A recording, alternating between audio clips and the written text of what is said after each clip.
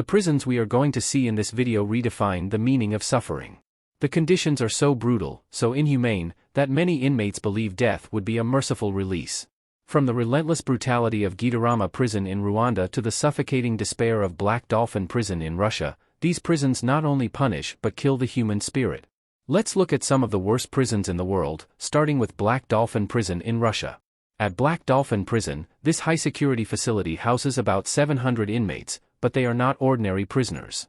Collectively, they have committed about 3,500 murders, an average of 5 per inmate, earning Black Dolphin the reputation of housing the country's most brutal criminals, including serial killers, cannibals, and terrorists.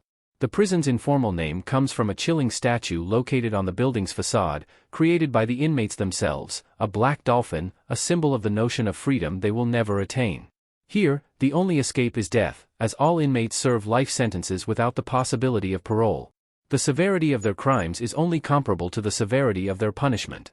Upon arrival, prisoners are stripped of their identities and subjected to a regime that is the very definition of harsh conditions. They live in a cell within a cell where the space is so limited that 2 inmates share barely 15 square meters. The cells are locked behind 3 sets of steel doors, ensuring that no whisper of hope for escape can penetrate their minds. The daily routine at Black Dolphin is meticulously designed to minimize any semblance of comfort or control. Inmates are monitored by video 24 hours a day, and guards make rounds every 15 minutes to ensure constant surveillance.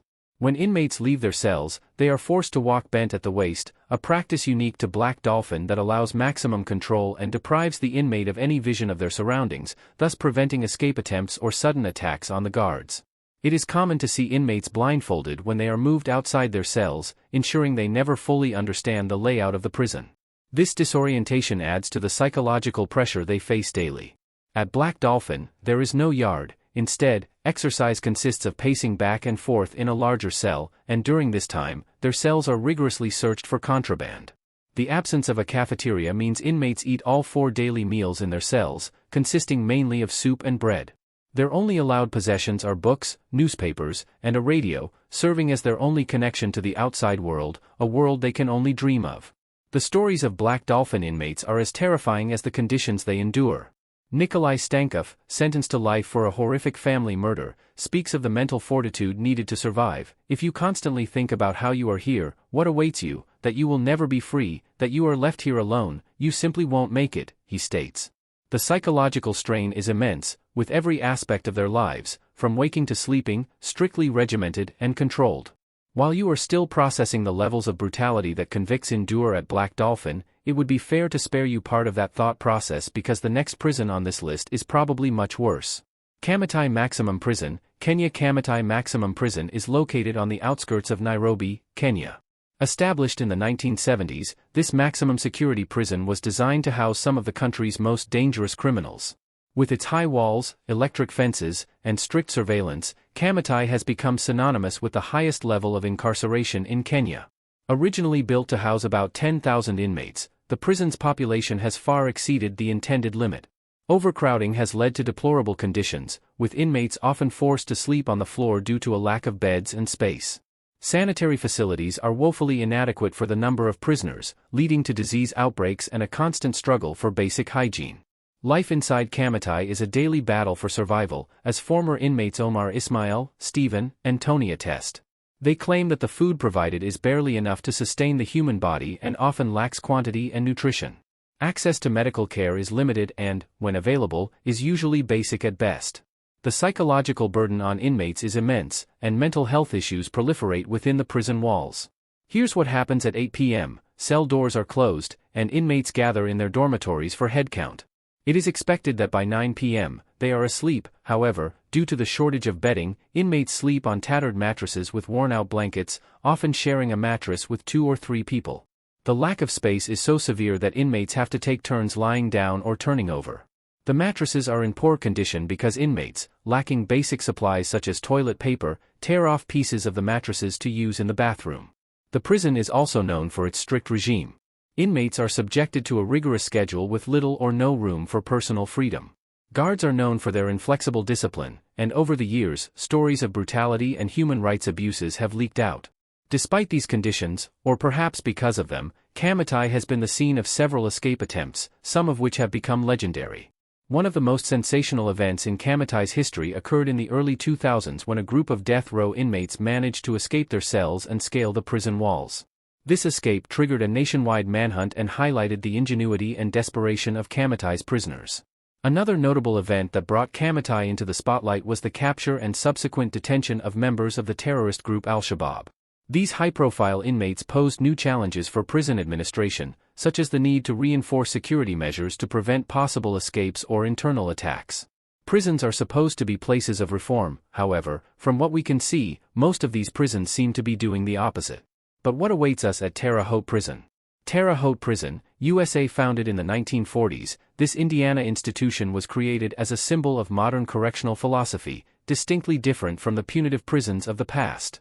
However, over the decades, the prison evolved into a high-security complex, a depot for those considered too dangerous or too notorious for normal facilities. The structure of Terre Haute Prison is divided into different parts, each serving a unique function in the federal correctional system. The maximum security penitentiary, the most formidable section, is a place of strict confinement where surveillance is constant and freedom is a distant memory. Adjacent to it is the medium-security Federal Correctional Institution and a low-security camp, completing a series of increasingly stringent control and isolation measures. Within the maximum security penitentiary, the Special Confinement Unit stands out. It is here that federal death row inmates spend their days, often in solitary confinement, while awaiting the outcome of appeals or the execution of their sentences. The unit, in operation since the 1980s, can house up to 50 inmates, each confined to a small cell that becomes their world. The conditions of the Special Confinement Unit have long been controversial, with reports of grossly inadequate conditions and inmates being systematically denied basic medical care and mental health services. In 2008, the American Civil Liberties Union, ACLU, highlighted these issues, painting a grim picture of life on death row.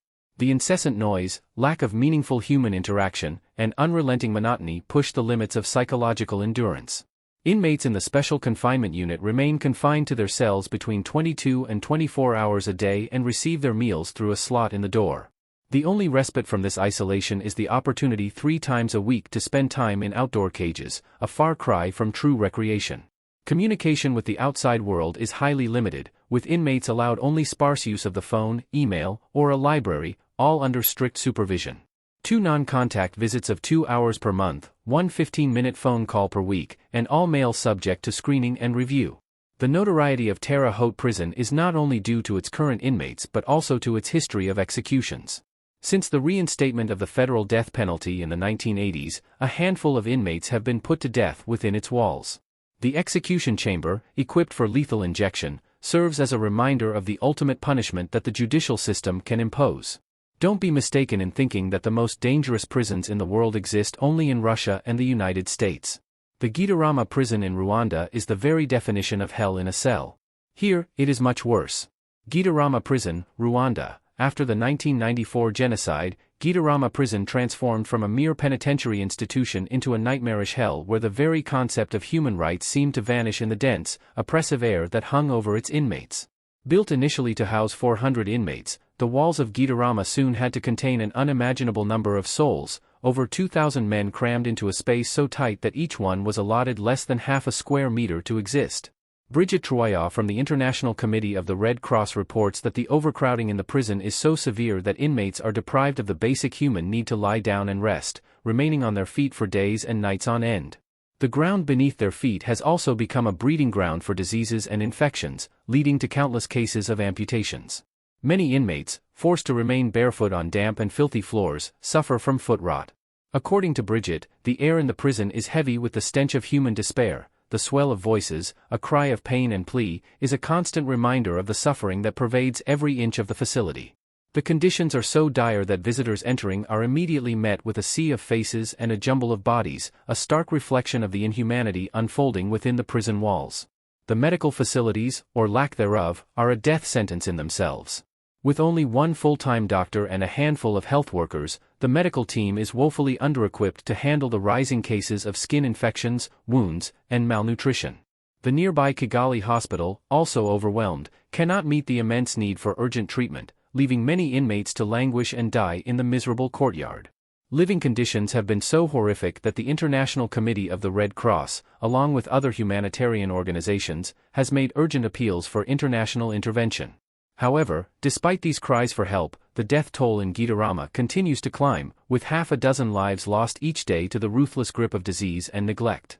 Perhaps you have seen Prison Break, and if we draw comparisons to Gitarama, the conditions here are nothing short of nightmarish. In Gitarama, the chances of surviving are slim. There is no doubt that Gitarama is hell on earth. But have you heard of the infamous ADX Florence Supermax prison? ADX Florence Supermax Prison, USA, Florence is the most secure prison in the United States. Here, daily life is a monotonous routine deliberately designed to minimize human contact and maximize security. The cells at ADX Florence are not just rooms, they are concrete tombs where inmates spend 23 hours a day in solitude. Each cell measures barely 2 by 3 meters, with a thick, soundproof door and a small window that lets in only a sliver of light. The furniture is sparse and inflexible, with a concrete bed, desk, and stool integrated into the room's structure. A single fluorescent light provides harsh, constant illumination, and the only touch of color comes from the inmates' uniforms and bedding. Travis Dusuri, a former inmate, recalls always waking up to the noise of the doors as breakfast was served through a slot. They eat alone in the silence of their cells, with simple, repetitive meals offering little variety to mark the days. As Travis says, after breakfast, they are allowed an hour of recreation, but even this is a solitary affair. They are escorted to a small outdoor cage surrounded by high walls and barbed wire, where they can walk in circles or simply stand, breathing in the fresh air, which is also scarce in their confined existence. Communication with the outside world is highly restricted. Inmates are allowed limited correspondence and monitored phone calls, but these privileges can be revoked at any time. The prison operates under a strict code of silence. Talking to other inmates is forbidden, and the thick walls muffle any attempt at conversation. The only sanctioned interaction comes in the form of handshakes with fingers through the mesh of the recreation cages, a fleeting contact that serves as a reminder of their shared humanity. The isolation is not just physical but also psychological. The constant solitude takes a toll on inmates' mental health, causing a condition known as SHU syndrome, characterized by hallucinations, paranoia, and depression. Despite this, mental health care is minimal, and inmates often struggle to cope with the overwhelming sense of despair that permeates the prison. For those who break the rules, punishment is swift and severe. The Special Housing Unit, or SHU, is a place of even greater isolation, where inmates can be confined for days or weeks without any human contact. The guards, colloquially known as the gun squad, are equipped with riot gear and trained to suppress any form of dissent with overwhelming force. Life in ADX Florence is a cycle of repetition and deprivation, designed to break the inmates' spirits. The days blur together, marked only by the routine of meals, recreation, and lockdowns. The prison is a world unto itself, operating according to its own rules and regulations, a place where the concept of rehabilitation is overshadowed by the imperative of control. That said, let's explore a specific prison in Argentina that has caused a great deal of uproar in recent years due to the way inmates are treated. Mendoza Prison, Argentina. Mendoza Prison is infamous for its deadly and violent riots. But what could be the reason for such unrest? There has to be something. Originally designed to house 600 inmates, the population of Mendoza Prison has ballooned to over 1,600 individuals. The result is a catastrophic level of overcrowding that has pushed the prison's capacity to the breaking point and beyond.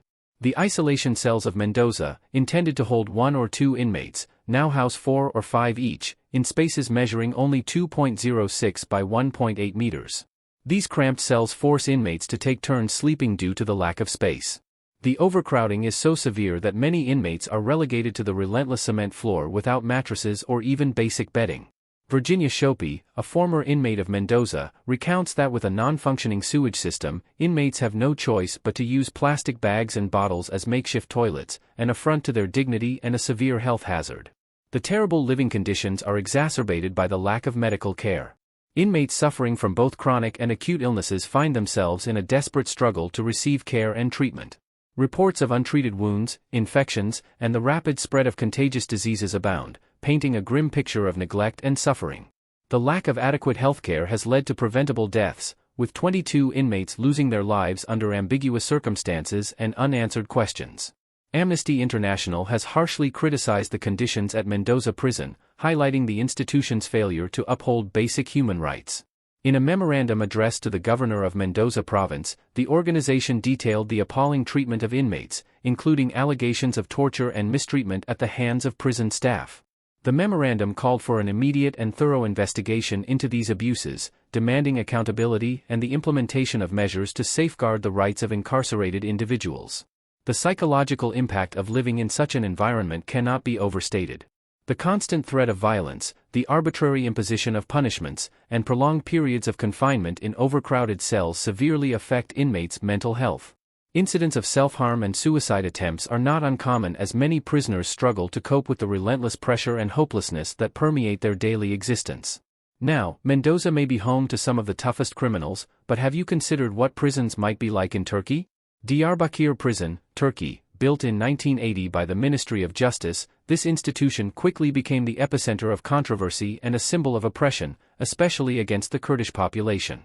After the coup d'état of September 1980, the prison became a military detention center under martial law. More than 65,000 people were incarcerated, and in the ensuing period, infamously known as the period of barbarism, widespread and systematic torture occurred. The walls of Diyarbakir have absorbed the echoes of suffering as prisoners were subjected to inhumane treatment. Reports of electric shocks applied to the most sensitive parts of the human body, the extraction of nails and teeth, and the chilling presence of a trained German shepherd named Joe, whose sole purpose was to inflict genital torture, paint a picture of hell on earth. The notoriety of the dog and the sensory nightmares it created for prisoners became a dark legend within the prison's history. The mistreatment did not stop at physical torment.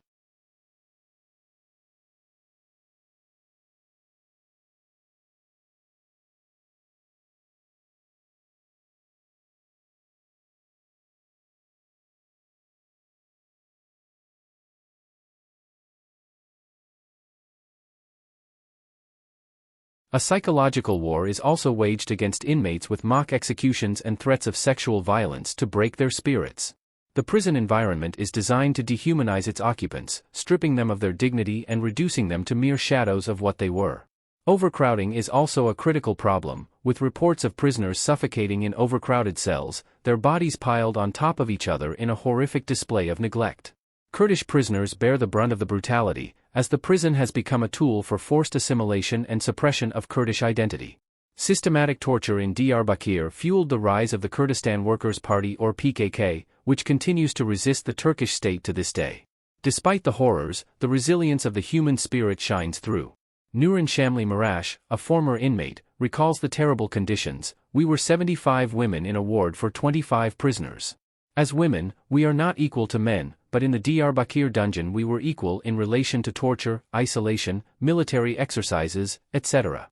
For years we did in prison what soldiers do in their barracks." Her testimony, along with that of countless others, has shed light on the atrocities committed within these walls. The prison's notoriety has reached international levels, with human rights organizations pointing out violations. In 2022, European courts declared that articles had been violated after a massacre in a visiting room left 8 prisoners dead. The Turkish government's claim that a riot had occurred was met with skepticism, as the pattern of abuse and deaths in Diyarbakir was well documented. Most governments always give unreasonable explanations whenever something inhumane happens in a penitentiary. This leaves you even more perplexed. What value do we place on human life? Well, at least in the case of Diyarbakir, there is a certain level of transparency and outsiders can comment. However, this is not the case with the next prison. Camp 14 of Kachon Prison, North Korea. Located about 55 miles north of Pyongyang, North Korea, this political prisoner camp, also known as Kachon No. 14, is a facility where the very concept of human rights is non-existent. The camp, which spans 60 square miles, is a realm of cruelty designed to punish those considered enemies of the state. Prisoners, numbering around 15,000, are subjected to conditions that defy imagination. They are the unfortunate souls trapped in the relentless grip of a policy known as 3 generations of punishment, in which not only the individual accused of a crime is imprisoned, but their entire family, often for life. Within the confines of Camp 14, prisoners are stripped of their names and identities, reduced to mere numbers. They are forced to perform exhausting work, mining coal, tending to pigs, and cultivating fields from dawn to dusk. Food rations are meager, leading to widespread malnutrition and starvation. A simple mistake, a moment of rest, or an act of rebellion can result in brutal beatings or public executions that serve as a stern warning to others. Shin Dong-hyuk's experience in Camp 14 is a reflection of the human will to survive against all odds. Born in the camp as a result of his father's alleged crimes, Shin never knew the warmth of family love or freedom of choice. His life was a cycle of forced labor, constant hunger, and fear. At the tender age of 14, he faced torture by fire for his mother and brother's failed escape attempt, an event that led to their execution and his indelible scars, both physical and emotional. Shin's account, detailed in his book Escape to the Outside World, provides a vivid picture of the daily horrors faced by inmates. The rape of his cousin by prison guards, the execution of a young girl for possessing a few grains of wheat, and the constant surveillance under which they lived are just a few examples of the atrocities committed within the electrified fences of the camp. The broader implications of Camp 14's existence are far-reaching. It is a symbol of North Korea's flagrant disregard for international human rights standards and the rule of law. The camp's operation fuels tensions in international relations as world powers grapple with the challenge of addressing such violations while navigating the complexities of diplomacy with a reclusive and unpredictable regime. On one hand, we could argue that North Korea is a country ruled by a dictator, and therefore the conditions of confinement in Camp 14 are not surprising. However, why would a democratic state like Georgia tolerate inhumane treatment in its penitentiaries? Guldani Prison, Georgia. Guldani Prison, located in Tbilisi, the capital of Georgia, is notorious for its brutal conditions and appalling human rights violations, making it one of the most dangerous prisons on the planet. Officially known as Penitentiary Institution No. 8, Guldani has gained international infamy, especially after a series of disturbing incidents came to light in the early 2010s, highlighting the systematic abuse, corruption, and inhumane treatment of inmates. The prison's notoriety reached its peak in 2012 when shocking video footage emerged showing prisoners being subjected to severe beatings, sexual abuse, and torture by prison guards. These videos, broadcast on Georgian television channels, sparked national and international outrage, triggering massive protests in Georgia and significant political repercussions. The public revelation of these abuses led to the resignation of several high-ranking officials, including the Minister of Penitentiary Institutions, and played a crucial role in the electoral defeat of the then-ruling party. The conditions at Guldani Prison are deplorable. Overcrowding is a chronic problem, with cells often holding double or triple their intended capacity. This severe overcrowding exacerbates tensions among inmates, leading to frequent violent confrontations. Basic necessities such as adequate food, clean water, and medical care are insufficient, contributing to the deteriorating health situation within the prison walls. Inmates report living in unsanitary conditions with limited access to hygiene products and facilities, increasing the risk of infectious diseases. Mistreatment and torture of prisoners are systematic and deeply ingrained. Reports from former inmates and human rights organizations reveal a culture of impunity among prison staff who routinely engage in physical and psychological abuse. Torture methods include severe beatings, prolonged isolation in tiny, dark cells, and various forms of sexual abuse. These treatments are not only punitive but are also used as a means to extract confessions or punish those who challenge prison authority. An anonymous ex-convict vividly recalls the tortures he endured. "They beat me, insulted me. During the torture, they drowned me in a bucket full of water and threatened to rape me." The ex-convict further states, "They pulled out my nails, damaged my skull, broke the bones in my legs, ribs, nose, and teeth. I'm 43 years old, but I look like an old man. I often fall when walking." Corruption is also rampant in Guldani Prison. Guards and officials often extort prisoners and their families in exchange for basic privileges or protection. This exploitation compounds the already terrible conditions, as those lacking financial means are more vulnerable to abuse and neglect. Furthermore, the 2016 report by the Georgian Parliament's Human Rights and Civil Integration Committee documented incidents of torture in Georgia between 2004 and 2012. Victims reported severe mistreatment such as being hit on the head with a pistol butt, having their wrists broken with a guard's boot, and being coerced to provide evidence under the influence of sleeping pills. Well, the horrors that occur in Guldani, Kamatai, or even Terre Haute are brutal, and as such, they force us to reconsider the ethical foundations of our penal systems. Are we doing justice if the method of punishment inflicts more harm than good? If you've enjoyed watching this, check out our other amazing videos on the channel. Thanks for watching, and remember to subscribe to the Daily Astonishing.